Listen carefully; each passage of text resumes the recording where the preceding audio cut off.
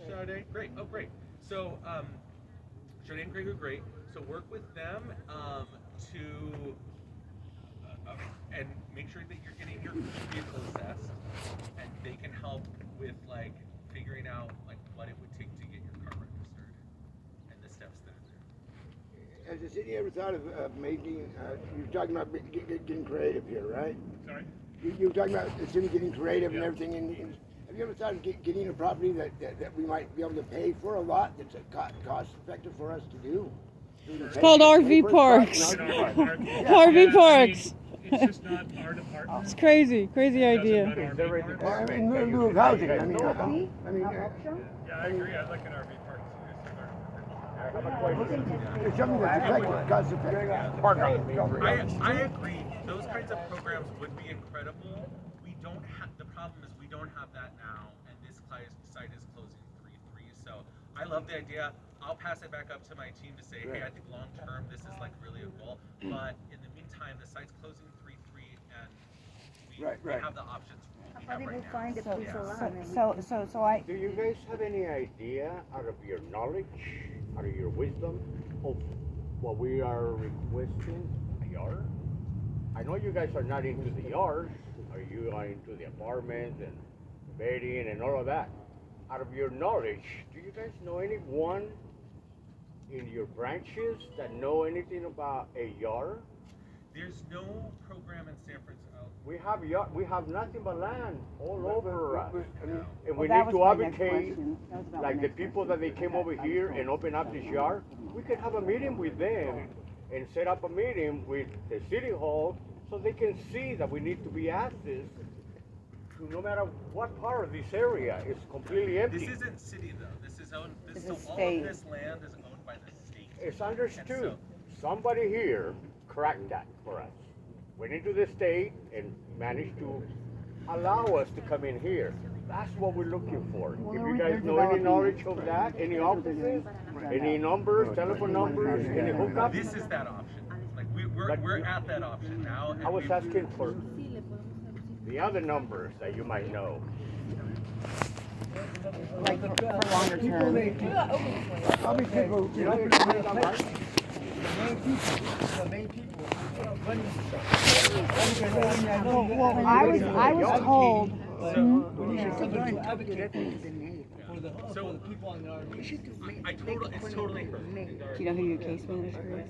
I totally heard that folks want like an alternative that's like this, but maybe structured a little bit differently. But here's the reality: nothing is happening. There is no plan for that. There is no money for that, and nothing is happening before this site closes. So what I really would.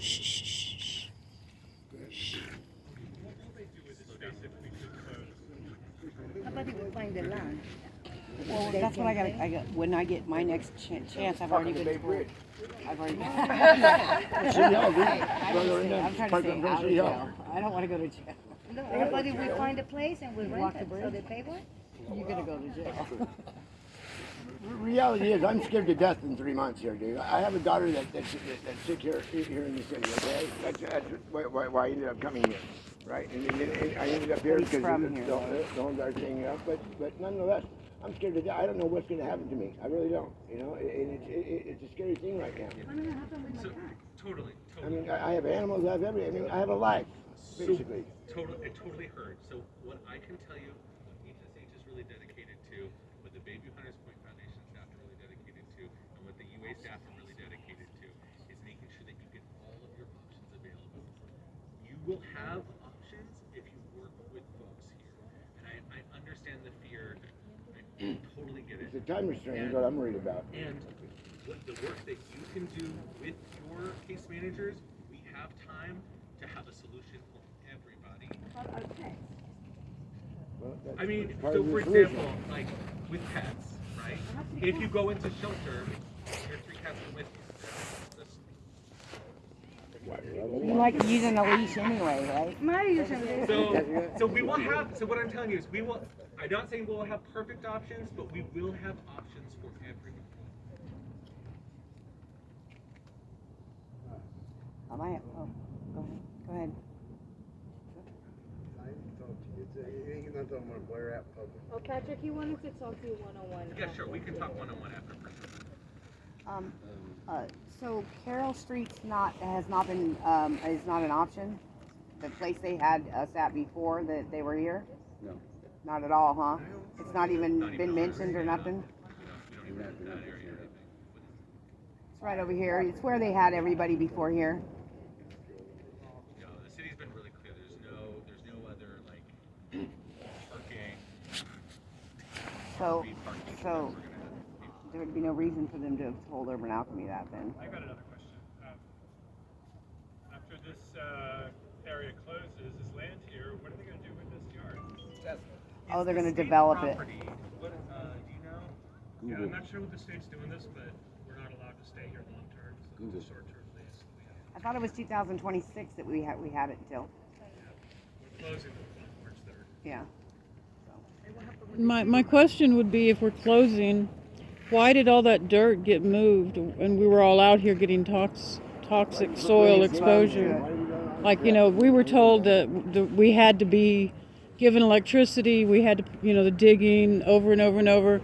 And now, 9 months before the lease is up, you know, we got exposed to that stuff. I can really feel my health is different. Like, my bones hurt, but they didn't hurt before. I have another tumor. And I'm really, you know, like, I was right there close to it. And so now it's closing. Why did we get exposed to it like that? Like, they told me, I got an email from the Department of Public Health saying, oh, we're going to have dust mitigation control. I got video after video of all that toxic dirt everywhere. I got dirt samples. I informed Cal EPA. So why did we sacrifice our health to be out here to get electricity? You know, I have solar, but everybody else got electricity. And no, but I mean, y'all are the Department of Homelessness. Who made these decisions? Department of Public Works, Department of Public Health, Department of Homelessness and Supportive Housing. So now, like, it's like we made a sacrifice. Like, we were like, this is a silo of money, and we were all the mannequins that were required to be here so y'all could get the money to develop it, to keep going forward for other people. Like, we were the sacrificial lambs. But now all of a sudden it's being changed, so we are going to keep track of what gets located here next. We know there's going to be remediation of all the Superfund site stuff over here. So maybe it's going to be used by the Navy, and y'all don't have any say about it one way or the other. But why did we get dug over and over and over? Like a couple of years worth of digging out here. For what? I can't speak to the digging of the dirt. That wasn't. Well, y'all are the one running it. You said you were the department, the assistant director. We're closing on March 3rd. I know, I understand that, but I'm asking why did we get exposed on October 21st to so much dirt? 20, 30, 40, what do you think, 40 truckloads of dirt moved away from us, and now you're closing like less than a month later? Well, a little bit more than a month later. That was October 29th, and then you give notice on December 3rd that it's closing. So why did we get exposed to all that dirt? That's what I'm trying to ask, you know, as a community. You know, I'm the tenant union representative, so to speak, for the short time that we're going to keep being here. And if you ask me, that's the real reason the place is closing, because my appeal in court becomes moot.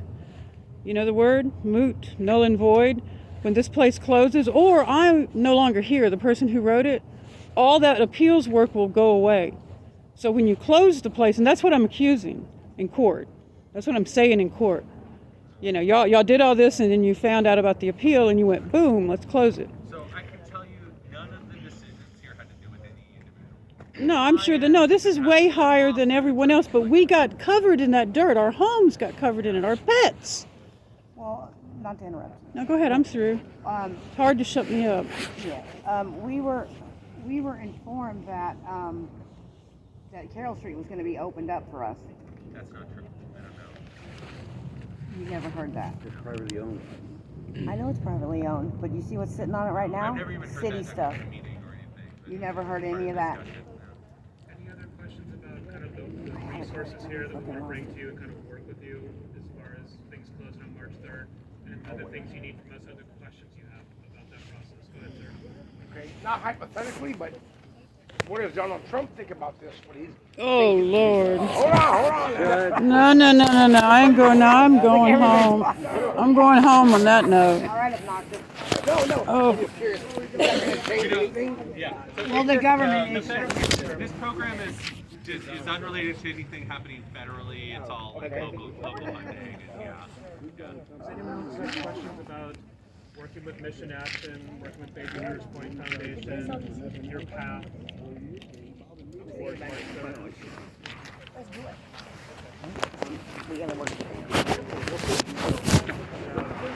Follow up with your filter and sign up to have your RV assessed or your RV or vehicle assessed. And I'm happy to stick around. If you have any further